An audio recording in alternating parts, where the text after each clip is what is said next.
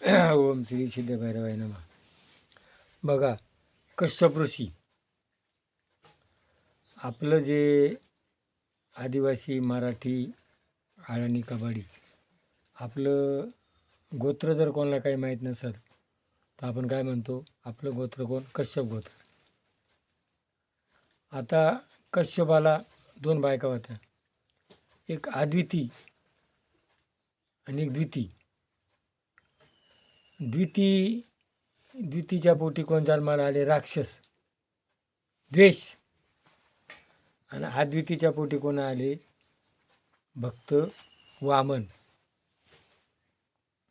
वामन हा कोण होता? भगवंताचा अवतार होता. आणि अद्वैत, जिथं अद्वैत असतं तिथं भगवंत जन्माला येतो, आणि जिथं द्वैत असतं ते राक्षस जन्माला येतो. बघा, आज जगामध्ये इराक, इराण, अमेरिका, जगात महायुद्ध सुरू झालेलं आहे. हे काय? द्वैत. आज द्वैत सुरू झालं का महायुद्ध होतं, आणि अद्वैत असलं का तिथं साम्राज्य होतं. म्हणून आपल्याला काय करायचं? अद्वैत तयार करायचे. ह्या द्वैतामुळं काय होतं? विध्वंस होतो. आज कुटुंबामध्ये कलह झालेत. मग भक्त वामन, वामन हा किती होता? छोटा होता. वामन अवतार छोटा अवतार होता. आणि मग त्याने हातात काठी, कमंडलू आणि लोंगटी. आता बलीचा कोण होता?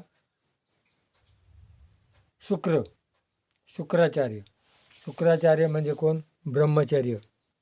आज ब्रह्मचर्याचा ऱ्हास झालेला आहे. जिथं ब्रह्मचर्य असतं तिथं शक्ती असते. आज शक्ती राहिली नाही. आणि मग बलीचं राज्य ते इंद्राचं इंद्रपद घ्यायला निघाला होता. आणि मग तिथं काय केलं? वामनानं बारीक रूप घेतलं, आणि मग त्याची मौजी बंधन झालं. आणि मग मौजी बंधन केल्यानंतर काय? भिक्षा मागावं लागते. आणि बली नर्मदेच्या काठी तिथं बलीचा यज्ञ होता. आणि मग बली परिक्रमा करत चालत आणि बलीच्या दारात गेला. म्हणून आज नर्मदा परिक्रमा लोक करतात. ज्या वेळेला भगवंत त्या परिसरातून चालला, आणि आपण जर चाललो तर आपल्याला काय जीवनाचं सार्थक होईल. म्हणून लोक नर्मदेच्या या बाजूला चालत जातात आणि आयुष्याचं सार्थक करून घेतात. आणि मग बली वामनाच्या दारात गेला आणि वामनाला काय सांगितलं? मला दान पाहिजे. आता शुक्राचार्यानं सांगितलं, हा जर दान मागायला आलेला आहे, हा कोण आहे? हा भगवंत आहे. आणि मग हा दान तू त्याला देऊ नको.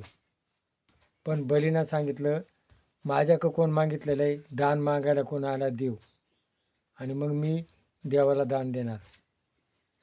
तर ज्या वेळेला त्याने झारी घेतली आणि ती झारीत पाणी टाकलं, त्यावेळेला बलीनं काय केलं?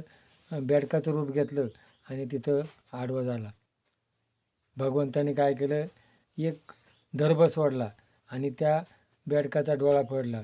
बेडूक एक डोळ्यानं 2 ठिकाणी बघतो.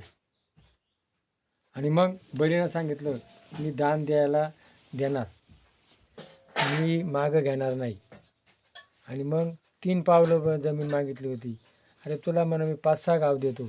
म्हणा नाही, मला 3 पावलं चिकार झाली. आणि मग त्यावेळेला ज्या वेळेला माणसाला किती जागा लागती? फक्त 3 पावलं 3 हात जागा लागती. आणि मग बलीला देवा भगवंताना एक पायामध्ये पृथ्वी, एक पाय स्वर्ग. आणि मग बलीच्या बायकोनं सांगितलं, हा तुमचा ध्येय, हा तुम्ही दान केलं म्हणजे तुम्हाला अहंकार झाला. दान करणारापाशी अहंकार होतो. तिथं प्रत्यक्ष प्रल्हाद आला आणि त्यांनी सांगितलं का याच्यापाशी अहंकार आलेला आहे, आणि ज्या वेळेला अहंकार माणूस भगवंताला देतो आणि मग तिसरा पाय कुठं ठेवायचा, तर बायकोनं सांगितलं बघा याला आपलं तुळशीदासाचे गुरु कोण झालं, त्याची बायको झाली. आणि बलीला ते गुरु कोण झाले, त्याची बायको झाली. त्यांनी त्याच्या डोक्यावर पाय ठेवला आणि त्याला पाताळात घातलं, पाताळाचं राज्य दिलं. आणि त्याचा कोण झाला, द्वारपाळ झाला. आणि मग ज्या वेळेला बली हा पाताळात गेल्यानंतर माता लक्ष्मी, बघा श्रावण महिन्याच्या पौर्णिमेला रक्षाबंधन येतं आणि त्यावेळेला लक्ष्मी बलीपाशी गेली आणि म्हण तुला बहीण नाही, मग मी आता तुला रक्षा बांधते. आणि मग बलीला कोणा बांधितलं, रक्षा बांधली. कोणा, लक्ष्मीनं. मग आता बहिणीला सगळं आपल्याला रक्षा बांधली, मग आता हिला काहीतरी द्यायला पाहिजे. आणि मग तिनं सांगितलं मला काही नको, माझ्याकडे सगळं आहे, पण तुझ्या दारात जो आहे ना तो कोण, माझा नवरा आहे.